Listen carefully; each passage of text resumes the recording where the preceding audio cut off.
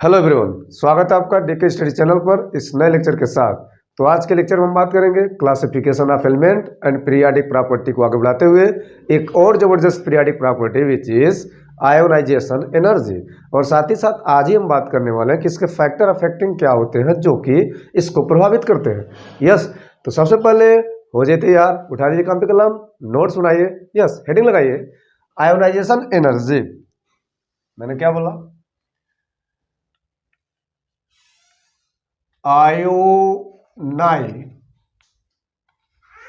Ionisation energy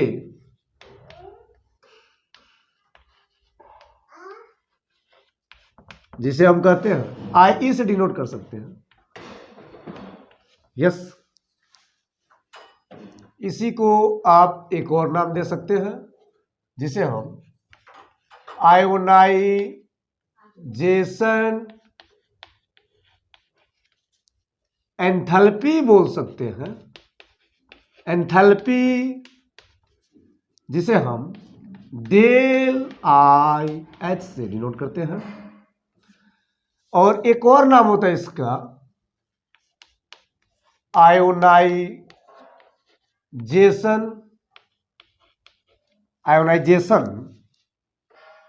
potential बोल सकते हैं। पोटेंशियल बोल सकते हैं जिसे हम आयनन विभव भी कहते हैं। आयनन विभव, यस, क्या बोलेंगे? आयनन विभव। तो यहां पे जरा विचार करेंगे। यहां पर जो आयोनाइजेशन एनर्जी होता है इसको हम आयोनाइजेशन एंथैल्पी यानी कि आयनन लब्धि, आयोनाइजेशन पोटेंशियल दैट मीन्स आयनन विभव कहते हैं। ये तीनों का मतलब एक ही होगा, तीनों का परिभाषा एक ही होगा, तीनों का शाब्दिक अर्थ एक ही होगा। तो आपसे अलग अलग अंदाज में ये तीनों का मतलब पूछा जा सकता है। ठीक है, हो सकता है कभी आपको आयनाइजेशन एनर्जी करके दिया हो सकता है कभी आपको आयनाइजेशन एंथैल्पी करके दिया हो। तो ये तीनों का एक ही मतलब होता है। यस, तो वास्तव में होता क्या है अगर सिंपल वे में देखेंगे, एक आयोनाइजेशन एंथैल्पी, एक आयोनाइजेशन एनर्जी, एक आयोनाइजेशन पोटेंशियल, तो इसका मतलब होता है कि एक विलगित गैसीय अवस्था में एक विलगित परमाणु के अंतिम कोश से, संयोजित कोश से इलेक्ट्रॉनों को बाहर निकालने के लिए दी गई एक प्रकार की एक्सटर्नल एनर्जी, एक्सटर्नल पावर। तो जो ऊर्जा दी जाती है इलेक्ट्रॉनों को बाहर निकालने के लिए किसी परमाणु से, किसी परमाणु बाहरी कक्षा से, तो उस प्रकार की ऊर्जा को हम बोलते हैं आयोनाइजेशन एनर्जी, आयनन ऊर्जा, आयनन विभव। दैट मीन्स मैंने क्या बोला? मैंने ये बोला कि यहाँ पर एक नाभिक और ये क्या है? सेल है। ये क्या है? परमाणु के कोश है, परमाणु की कक्षा है। तो दैट मीन्स बाहरी कक्षा में उपस्थित इलेक्ट्रॉन, जो बाहरी कक्षा में उपस्थित इलेक्ट्रॉन है, इसको बाहर निकालने के लिए, इसको आउटर करने के लिए जो अलग से एनर्जी दी जाती है, जो एनर्जी दी जाती है, इस एनर्जी का नाम होता है आयोनाइजेशन एनर्जी, आयनन विभव, आयनन विभव, या हम बोल सकते हैं आयनन ऊर्जा। क्लियर है? तो इस हिसाब से अगर आपको एक दो लाइन में लिखना है तो आप कैसे लिखेंगे? यस, तो यहां पर आप लिख भी सकते हैं। क्या लिख सकते हैं? क्या लिखेंगे? किसी तत्व के, क्या लिखेंगे? किसी तत्व के गैसीय अवस्था, किसी तत्व के गैसीय अवस्था, किसी तत्व के गैसीय अवस्था में व्हाट राइट हियर, विलगित परमाणु, उसके विलगित परमाणु,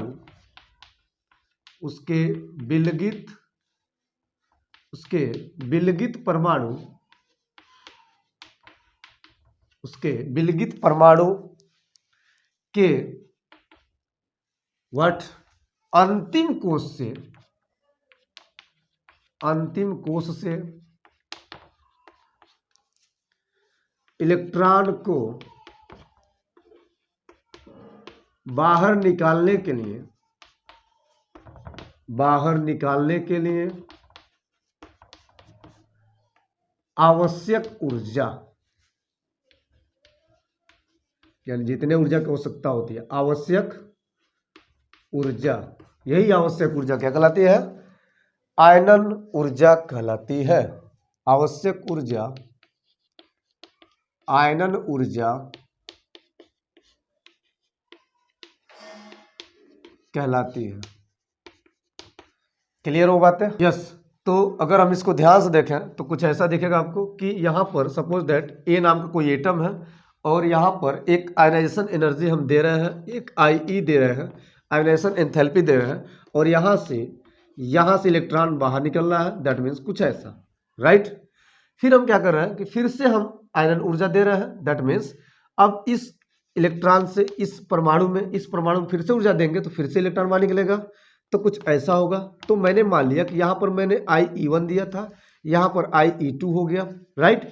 ऐसे करके यहाँ पर क्या हो जाएगा, ऑलरेडी प्लस है तो यहाँ +2 हो जाएगा। बात स्पष्ट है? Okay okay. यहाँ पर फिर से क्या करेंगे, अगर हम फिर से A+2 को फिर से हम क्या करें, आयोनाइजेशन एनर्जी दें, तो यहाँ पर I3 हो जाएगा, IE3 हो जाएगा, और यहाँ पर हो जाएगा A+3, और यहाँ पे एक इलेक्ट्रॉन बाहर निकल जाएगा। तो इस प्रकार से हम करते जाएंगे और हम आयनन ऊर्जा देते जाएंगे और इलेक्ट्रॉन बाहर निकलता जाएगा। तो इस प्रकार से इलेक्ट्रॉन बाहर निकलता है जब हम आयनन ऊर्जा देते हैं। तो ये होता है आयनन ऊर्जा का प्रभाव। क्लियर हुआ? ओके। अब ये होता है, यस, यहीं पे अगर हम इसके आर्डर की बात करते हैं, आर्डर ऑफ आयोनाइजेशन एनर्जी,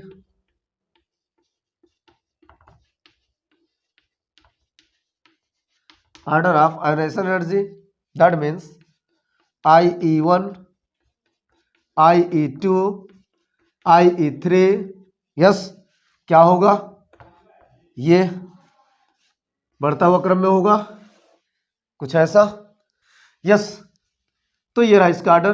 अब यहाँ पे आपने क्या देखा कि यहाँ पर एक इलेक्ट्रॉन निकालने के लिए, परमाणु के अंतिम कोश से एक इलेक्ट्रॉन निकालने के लिए प्रथम दी गई ऊर्जा को उसको हम बोलेंगे प्रथम आयनन ऊर्जा, एक इलेक्ट्रॉन निकालने के लिए।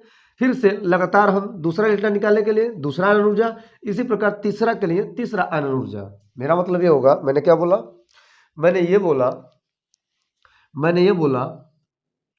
मैंने ये बोला परमाणु के अंतिम कोश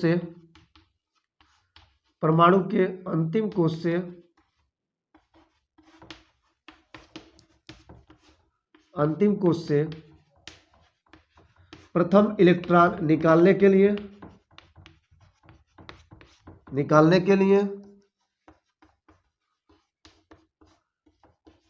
दी गई आयनन ऊर्जा को या दी गई ऊर्जा को प्रथम आयनन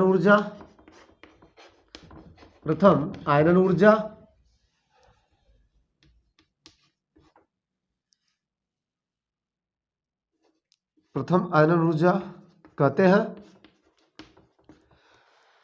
तथा इसी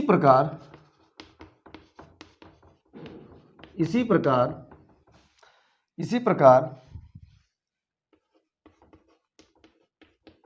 परमाणु के अंतिम कोश से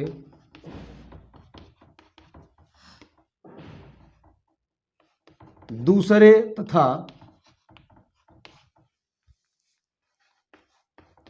तीसरे इलेक्ट्रॉन को बाहर निकालने के लिए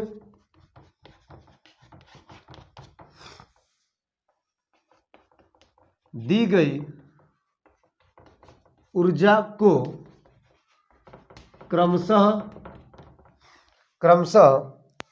द्वितीय तथा तृतीय आयनन ऊर्जा कहा जाता है। इधर मैं लिख देता हूं, क्रमशः द्वितीय तथा तृतीय आयनन ऊर्जा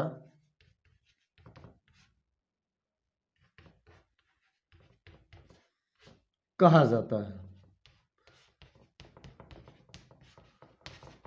इतनी बातें, यस। तो ये रहा एक आयनाइजेशन एनर्जी का मतलब। मैंने क्या बोला, पूरी बातें एक साथ एक लय में 1 मिनट के अंदर रिवाइज करें। मैंने क्या बोला, आयोनाइजेशन एनर्जी जिसे हम IE कह सकते हैं, आयोनाइजेशन एंथैल्पी वही चीजें हैं, डेल IH भी लिख सकते हैं, या आयनाइजेशन पोटेंशियल आयनन विभव भी कह सकते हैं। अब इन तीनों का क्या मतलब होता है किसी तत्व के गैसीय अवस्था में उसके विलगित परमाणु के अंतिम कोश से इलेक्ट्रॉन को बाहर निकालने के लिए आवश्यक ऊर्जा आयनन ऊर्जा कहलाती है। मैंने क्या बोला? यह है एक गैसीय अवस्था में विलगित परमाणु का अंतिम सेल, और अंतिम सेल से इलेक्ट्रॉनों को बाहर निकाला जा रहा है। यह इलेक्ट्रॉन यहाँ पर आ रहा है, और यह इलेक्ट्रॉन बाहर निकालने के लिए जितना एनर्जी दी जा रही है, जितना बाहरी ऊर्जा दी जा रही है, जितना बाहरी पावर दी जा रही है, इस बाहरी पावर को बोलते हैं आयोनाइजेशन एनर्जी, आयोनाइजेशन पोटेंशियल या आयोनाइजेशन एंथैल्पी। राइट? तो मैंने मान लिया, मैंने ऐसा एज्यूम कर लिया कि यहाँ पर कोई ए नाम का एटम है, और यहाँ पर एक आयोनाइजेशन एनर्जी देने पर यहाँ से एक इलेक्ट्रॉन बाहर हो रहा है, अर्थात कुछ परमाणु का मॉडल ऐसा बन रहा है। अब इस परमाणु के मॉडल को हम फिर से एक और आयोनाइजेशन एनर्जी देंगे तो यहाँ पर एक और इलेक्ट्रॉन बाहर निकलेगा, और यहाँ पर परमाणु का मॉडल कुछ ऐसा बन जाएगा। तो इस प्रकार से ऐसे करते करते यहाँ पर आपने देखा कि फिर से हम इसको एक और आयोनाइजेशन एनर्जी देंगे तो कुछ ऐसा बनेगा। इस हिसाब से जिस प्रकार जितना ही ज़्यादा आयोनाइजेशन एनर्जी देंगे उतना ही ज़्यादा इलेक्ट्रॉन बाहर निकलेगा। और अगर हम इन 3 स्टेप में ध्यान से देखें, 3 क्रम में ध्यान से देखें, तो यहाँ पर आयोनाइजेशन एनर्जी का जो ऑर्डर होगा कुछ ऐसा रहेगा। यस, ऐसे बढ़ते क्रम में। अब एक बात तो स्पष्ट है, इन पूरी बातों से स्पष्ट होता है कि अगर हम परमाणु के अंतिम कोश से प्रथम इलेक्ट्रॉन निकालते हैं तो प्रथम इलेक्ट्रॉन निकालने के लिए दी गई ऊर्जा को, दी गई जो भी ऊर्जा है जिसे आप आयोनाइजेशन एनर्जी कह रहे हो, दी गई आयनन ऊर्जा को प्रथम आयनन ऊर्जा कहते हैं। और इसी प्रकार परमाणु के अंतिम कोश से दूसरे, तीसरे, चौथे जो भी इलेक्ट्रॉन है उनको हम दूसरा, तीसरा, चौथा आयनन ऊर्जा कहेंगे। यस, तो ये रहा एक आयोनाइजेशन एनर्जी का मतलब, ये रहा एक आयोनाइजेशन पोटेंशियल का मतलब, ये रहा एक आयनन विभव का मतलब।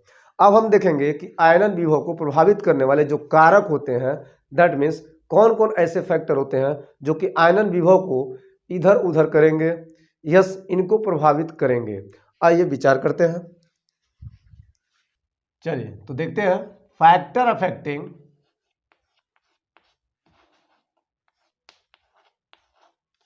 अफेक्टिंग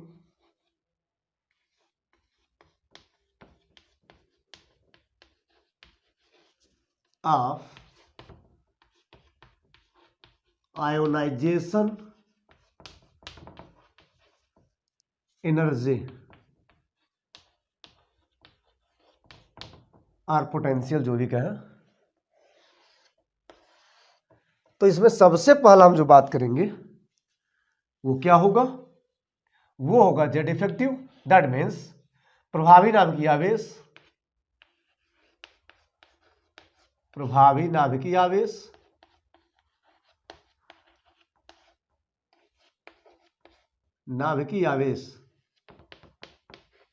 जिसे हम जेड इफेक्टिव कहते हैं या ईएनसी बोल सकते हैं। जेड इफेक्टिव, जेड प्रभावी, इफेक्टिव मतलब क्या होता है? प्रभावी। जेड इफेक्टिव या ईएनसी बोल सकते हैं। शॉर्ट फॉर्म में क्या बोलेंगे? ईएनसी बोलेंगे, ये भी चलेगा। क्लियर है? ईएनसी, इसके बारे में पहले भी चर्चा हो चुकी है। ईएनसी प्रभावी नाभिकीय आवेश, जेड इफेक्टिव। सिंपल सी बात होती है, नाभिक के द्वारा लगने वाले इलेक्ट्रॉनों पर आकर्षण बल का बढ़ना। अगर नाभिक पे लगने वाले इलेक्ट्रॉनों पर, नाभिक के द्वारा लगने वाले इलेक्ट्रॉनों पर आकर्षण बल अगर बढ़ेगा, यानी यहाँ पर इलेक्ट्रॉन है, यहाँ पर इलेक्ट्रॉन है, यहाँ पर इलेक्ट्रॉन है, क्लियर है? ओके। और यहाँ पे नाभिक के द्वारा इस पर आकर्षण बल क्या हो रहा है? बढ़ रहा है। अगर आकर्षण बल इस पर बढ़ेगा तो क्या होगा? जैसे जैसे फोर्स ऑफ अट्रैक्शन बढ़ेगा, अगर फोर्स अट्रैक्शन बढ़ रहा है तो इसका मतलब ये होगा कि इस इलेक्ट्रॉन को निकाल पाना उतना संभव नहीं है, यानी कि आयोनाइजेशन एनर्जी बढ़ानी पड़ेगी, आयनन एनर्जी बढ़ानी पड़ेगी, आयनन विभव बढ़ाना पड़ेगा।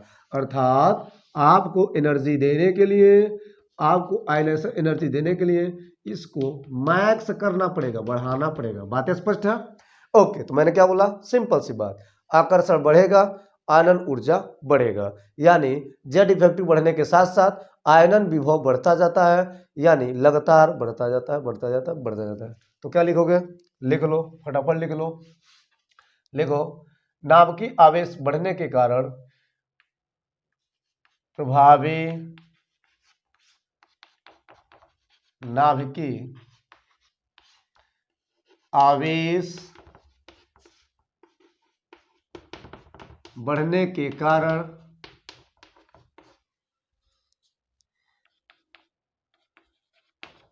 नाभिक द्वारा इलेक्ट्रॉन पर लगने वाला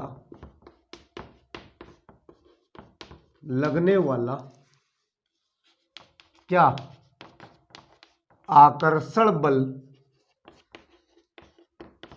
बढ़ जाता है। अतः बोल सकते हैं आयनन विभव का मान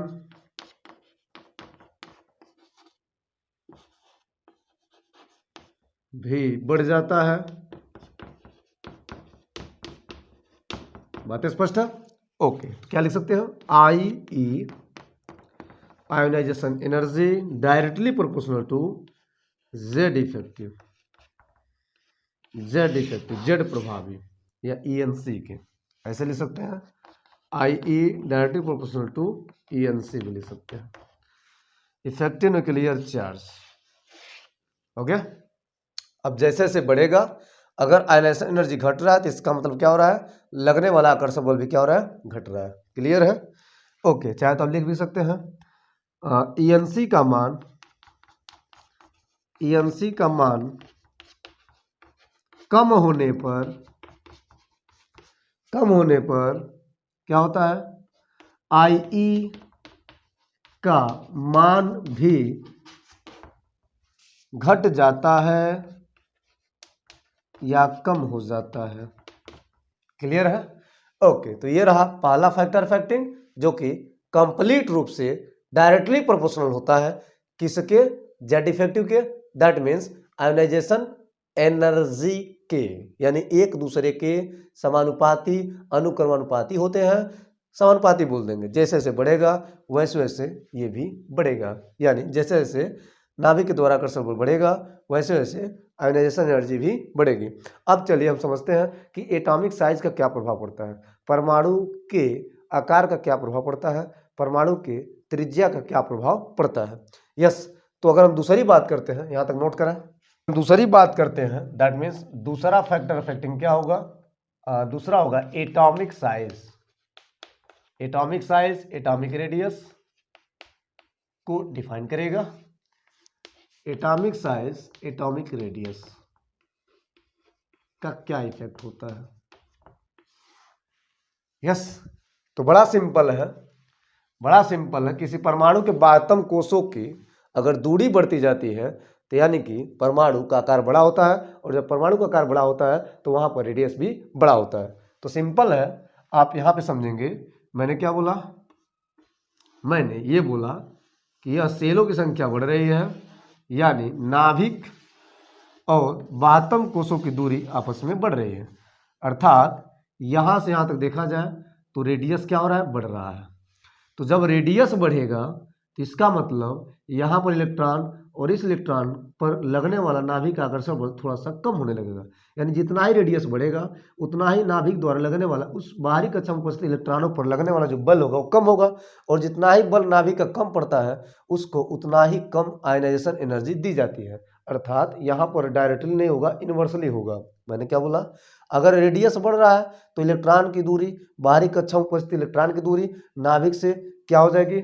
ज़्यादा हो जाएगा, ज़्यादा दूर हो जाएगा, और इस इलेक्ट्रॉन को बाहर निकालना थोड़ा सा आसान हो जाएगा। आसान का मतलब ऊर्जा कम देना पड़ेगा। यस, तो मैंने क्या बोला? मैंने ये बोला परमाणु आकार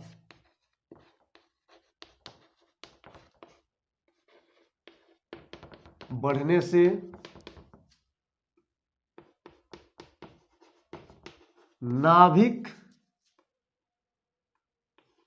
से बाह्यतम कोश की दूरी, बाह्यतम कोश की दूरी बढ़ने लगती है, अर्थात अधिक हो जाती है, जिससे नाभिक का बाह्यतम इलेक्ट्रॉन पर लगने वाला आवेश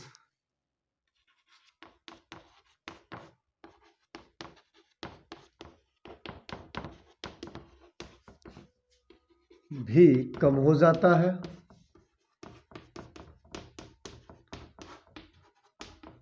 यस, अतः क्या बोलेंगे? अतः क्या बोलेंगे? अतः आयनाइजेशन एनर्जी कम हो जाती है। अतः आयोनाइजेशन एनर्जी, अतः आयनन विभव कम होने लगता है या कम लगता है। अब बात समझिएगा, मैंने क्या बोला कि एटॉमिक साइज का बढ़ना, यस, क्या बताता है? एटॉमिक साइज का बढ़ना क्या बताता है कि रेडियस बढ़ रहा है, आर एटम बढ़ रहा है, और जब आर एटम बढ़ रहा है तो इसका मतलब होगा कि आयोनाइजेशन एनर्जी डिक्रीज हो रही है, मिनिमम हो रहा है, घट रहा है। जैसे जैसे त्रिज्या बढ़ेगा तो त्रिज्या कैसे बढ़ेगा? त्रिज्या तब बढ़ेगा जब जब जब एटॉमिक साइज इंक्रीज होगा। आर डिपेंडेंट होता है किस पर? एटॉमिक साइज पर, यानी कि जेड पर, यानी कि एटॉमिक साइज पर। एटॉमिक साइज पर आर बढ़ेगा तो समझ लेना एटॉमिक साइज बढ़ रही है, यानी कि आर तभी बढ़ेगा जब एटॉमिक साइज बढ़ रही है। क्लियर है? ओके, तो यहाँ पर क्या होगा? यहाँ पर जो आयनाइजेशन एनर्जी होगी वह इनवर्सली प्रोपोर्शनल होगा किसके? आर एटम के, परमाणु के त्रिज्या के इनवर्सली होगा। क्लियर हुआ? यस, तो ये रहा एक एटॉमिक साइज, एटॉमिक रेडियस का मतलब कि आयनन विभव के साथ क्या प्रभाव होता है। आगे बढ़ते हम बात करेंगे इलेक्ट्रॉनिक कॉन्फ़िगरेशन में स्टेबिलिटी का क्या मतलब होगा। आइए विचार करते हैं। तो यहाँ पर लेंगे इलेक्ट्रॉनिक विन्यास। क्या लेंगे? इलेक्ट्रॉनिक विन्यास का क्या इफेक्ट पड़ता है उसको विचार करेंगे। Electronic configuration, electronic configuration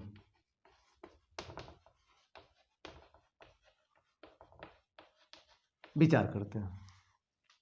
electronic configuration कहता है स्टेबिलिटी के लिए, यानी स्टेबल का मतलब होता है दो कंडीशन में, या तो हाफ फील्ड होगा या तो फुल फील्ड होगा। किसी ऑर्बिटल की बात करते हैं तो या तो हाफ फील्ड होगा या तो फुल फील्ड होगा। तो हाफ फील्ड और फुल फील्ड दो ऐसा कंडीशन है जिसके कंडीशन में जिसके समय वो ज़्यादा स्थायी होगा और उसमें ज़्यादा आयरन ऊर्जा की आवश्यकता पड़ेगी। मैंने क्या बोला? मैंने ये बोला इलेक्ट्रॉनिक विन्यास, दैट मीन्स इलेक्ट्रॉनिक विन्यास में समझना है कि स्टेबिलिटी का मतलब क्या होता है। हर तत्वों का परमाणु इलेक्ट्रॉनिक कॉन्फ़िगरेशन इसलिए करता है क्योंकि वो स्टेबल बन जाए, और स्टेबल बनने के लिए इलेक्ट्रॉनों का दान या इलेक्ट्रॉनों ग्रहण करने की आवश्यकता पड़ती है। तो यहाँ पर कहा जा रहा है कि अस्थायी इलेक्ट्रॉनिक विन्यास वाले जो तत्व होते हैं वो ज़्यादा उनको आयनन ऊर्जा की आवश्यकता पड़ती है, और जो अस्थायी नहीं होते हैं उनको कम आयनन ऊर्जा की आवश्यकता पड़ती है। तो यहाँ साफ साफ स्पष्ट होता है, क्या लिख सकते हो? अस्थायी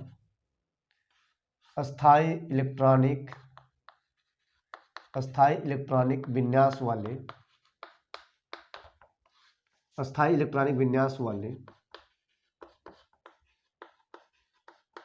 तत्वों को अधिक आयनन ऊर्जा की आवश्यकता होती है।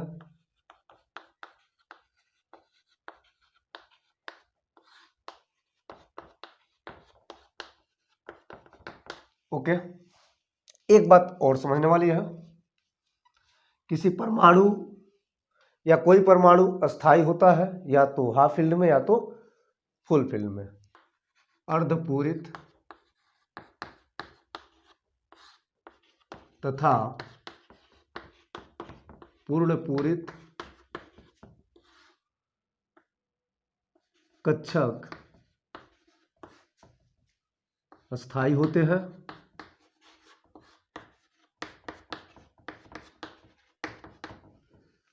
अतः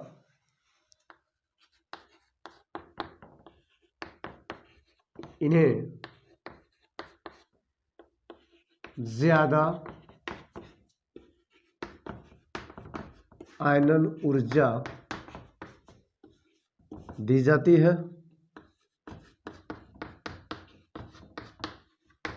यस, अब बात ये है कि यहां पर अगर मैं आपसे कहता हूं कि अस्थाई कब होगा, अस्थाई नहीं होगा, तो उसके लिए विचार करेंगे। तो मैंने ले लिया सपोज दैट पी ऑर्बिटल। क्या ले लिया? P orbital. अब जो पी ऑर्बिटल है इसमें 3 बॉक्स होते हैं। मैक्सिमम इलेक्ट्रॉन कितना होता है? 6 होता है। अब इस पी ऑर्बिटल को आप ध्यान से देखिए, इस पी ऑर्बिटल को आप ध्यान से देखिए।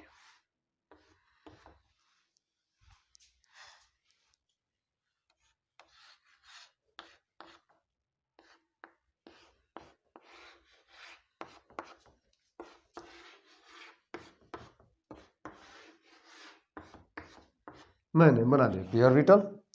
सपोज दैट इसमें एक भी इलेक्ट्रॉन नहीं है, ये 0 इलेक्ट्रॉन वाला है। इलेक्ट्रॉन कितना है? यहाँ पर इलेक्ट्रॉन है 0 इलेक्ट्रॉन, 0 इलेक्ट्रॉन सपोज दैट। और यहाँ पर 1 इलेक्ट्रॉन भरा, तो यहाँ बोलेंगे 1 इलेक्ट्रॉन। यहाँ पर 1 भरा, तो यहाँ बोलेंगे 2 इलेक्ट्रॉन। यहाँ पर 1 भरा, तो यहाँ बोलेंगे 3 इलेक्ट्रॉन। राइट? यहाँ पर 1 2 3 और ये 4, तो क्या हो जाएगा? 4 इलेक्ट्रॉन। यहाँ पर 1 2 3 4 और ये 5, तो क्या हो जाएगा? 5 इलेक्ट्रॉन। यहाँ पर 1 2 3 4 5 और ये 6, तो ये हो जाएगा 6 इलेक्ट्रॉन। विचार करो, हर तरह का मैंने एक ऑर्बिटल लिया, हर तरह का इलेक्ट्रॉन भर दिया। मतलब कुल मिला करके एक ऑर्बिटल में, कक्षक में कुछ इसी तरह के इलेक्ट्रॉन भरे जाते हैं, क्लॉकवाइज, एंटी क्लॉकवाइज। ये सब आपको रूल्स पता होगा। अगर आपको ये सब नहीं पता है तो आप डिस्क्रिप्शन में लिंक देखें, वहाँ मैंने लिंक डाल दिया है, आप देख सकते हैं। इस तरह के वीडियो जो कि हुंड का बहुलता का जो नियम चला था या पाउली का अपवर्जन का जो सिद्धांत चला था, उसको आप जरूर कवर करें। इलेक्ट्रॉनिक विन्यास का लगभग लास्ट, इलेक्ट्रॉनिक विन्यास के साथ साथ जो आपका एटॉमिक स्ट्रक्चर का लास्ट जो वीडियो है उससे आप कवर करें, तो आपको काफ़ी ज़्यादा क्लियर होगा, काफ़ी ज़्यादा हेल्प मिलेगा। यस, तो यहाँ पर अब विचार करें कि यहाँ पर 1 इलेक्ट्रॉन, 2 इलेक्ट्रॉन, 3 इलेक्ट्रॉन, 4 5 6 ऐसे करके मैंने इलेक्ट्रॉन को भर दिया है। तो यहाँ पर क्या बताया जा रहा है कि स्टेबिलिटी कब होगी, अस्थाई कब होगा। तो आप ध्यान दीजिएगा कि 1 इलेक्ट्रॉन में कभी अस्थाई नहीं होगा, 2 इलेक्ट्रॉन में नहीं होगा, इसको भी और हो सकता है, 3 में क्या है, 4 में, 5 में और 6 में क्या है। तो यहाँ पर 3 में 3 इलेक्ट्रॉन है, 4 में 4 है, 5 में 5 है, 6 में 6, इसमें कोई लॉजिक नहीं है। एक बात याद रखिएगा, 2 कंडीशन में ये होता है हाफ फील्ड। क्या होता है? ये होता है हाफ फील्ड, ये होता है हाफ फील्ड, और ये होता है फुल फील्ड। तो 2 कंडीशन में, हाफ फील्ड में और फुल फील्ड में, इन दोनों कंडीशन में क्या होता है? स्टेबल होता है, मोर स्टेबल, स्थायी होता है, ज्यादा स्थायी होता है। अब इन दोनों को आपस में तुलना करेंगे, आपस में लड़ाएंगे, तो सिंपल है, वाला ज्यादा अस्थायी होगा, ये भी अस्थायी है। अब ये दोनों इन पूरे के अपेक्षा ज्यादा अस्थायी है, यह अकेला इन सबके तुलना में ज्यादा अस्थायी है। इन दोनों को आपस में तुलना करेंगे तो सबसे अस्थायी होगा, फिर उसके बाद ये होगा, फिर उसके बाद ये सब वगैरह वगैरह होंगे। अब इन्हें सर 3 इलेक्ट्रॉन है, यहाँ पे 5 इलेक्ट्रॉन है, तो 5 वाला ज्यादा होगा, ये आपकी गलतफहमी है। 4 तक नहीं होगा, 5 तक नहीं होगा, 6 अगर आ गया तो ठीक है। लेकिन एक पी ऑर्बिटल के लिए 3 के अलावा 6 को छोड़ दिया जाए तो जितने हैं 1 2 3 4 5, ये पांचों जो है यह 3 से हमेशा कम अस्थायी होते हैं। दैट मीन्स इनका जो क्रम होता है अगर देखिए तो क्या होगा, P1 1 इलेक्ट्रॉन पी में, P2 2, P3 3, P4 4, P5 और ये P6, मैंने कुछ ऐसा ही लिखा था। अब यहाँ से जो P3 है और यहाँ से जो P6 है, इसको अगर ध्यान से देखा तो यह P3 इसको छोड़ करके आगे चला जाएगा, यानी कुछ ऐसा, इनका वास्तव में क्रम क्या होगा, तो P1 P2, यहाँ पर 3 हट गया, P4 P5 और यहाँ पे क्या लेंगे P3, फिर हो जाएगा P6। तो कुछ इस प्रकार से, कुछ इस तरीके से ये इसका क्रम होता है। ये ऑर्बिटल का, p ऑर्बिटल के लिए अस्थायित्व का क्रम होता है। तो आपको बस कुछ नहीं याद करना है, आपको बस ये याद करना है कि हाफ फील्ड और फुल फील्ड ये दोनों ऐसा फील्ड होता है जिसमें ये मोर स्टेबल होता है, अस्थाई ज़्यादा होता है। सो जितना ही ज़्यादा अस्थाई होगा, जितना ही ज़्यादा बंधा रहेगा, जितना ही ज़्यादा नाभिक के द्वारा अट्रैक्ट होगा, फोर्स उस पर ज़्यादा काम करेगा, वह यानी वहाँ से इलेक्ट्रॉनों को बाहर करना बहुत आम बात नहीं है। बहुत ज़्यादा आयनेशन एनर्जी की आवश्यकता पड़ेगी, यानी कि आयनन विभव की आवश्यकता पड़ेगी।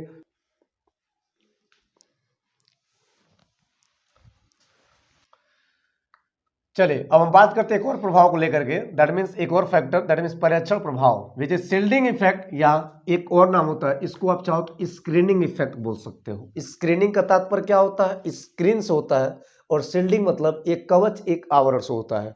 अब ये आवरण बनाएगा कैसे, ये कवच का क्या तात्पर्य होता है, जरा विचार करें। आंतरिक कोषों में जो उपस्थित इलेक्ट्रॉन होता है वह नाभिकीय आकर्षण को बाह्य कोषों उपस्थित इलेक्ट्रॉनों पर पड़ने से रोकता है। अर्थात एक नाभिक इलेक्ट्रॉनों पर क्या करता है, दबाव डालता है, यानी आकर्षण बल लगाता है। अर्थात यहाँ पर एक मैंने क्या किया, एक न्यूक्लियस लिया, और यह क्या है, सेल है, ये भी क्या है, सेल है।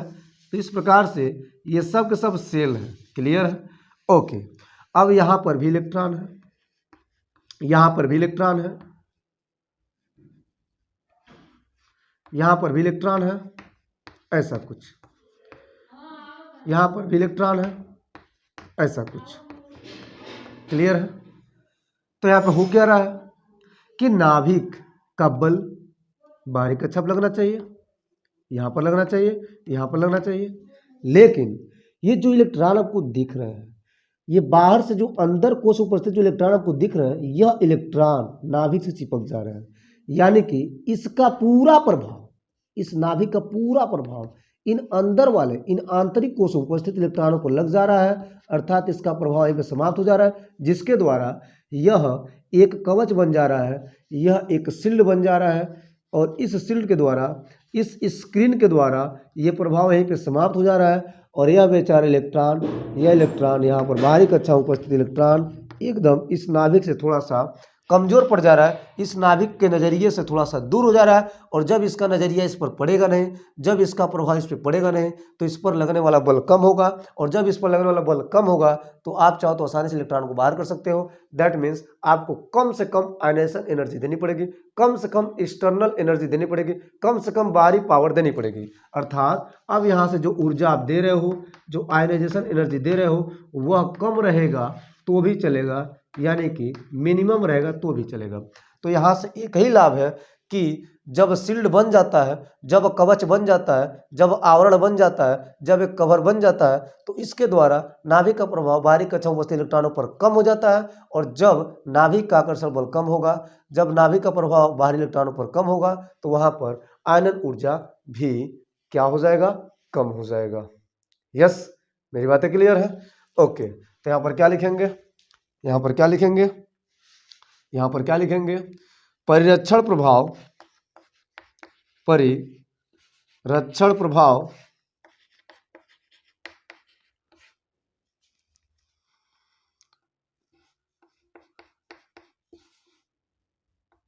बढ़ने से, परिरक्षण प्रभाव पड़ने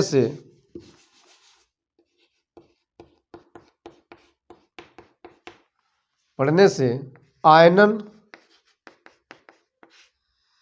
ऊर्जा का मान या विभव का मान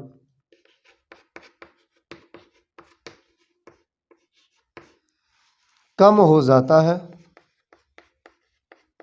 इतनी बातें आप चाहो तो नोट कर सकते हो।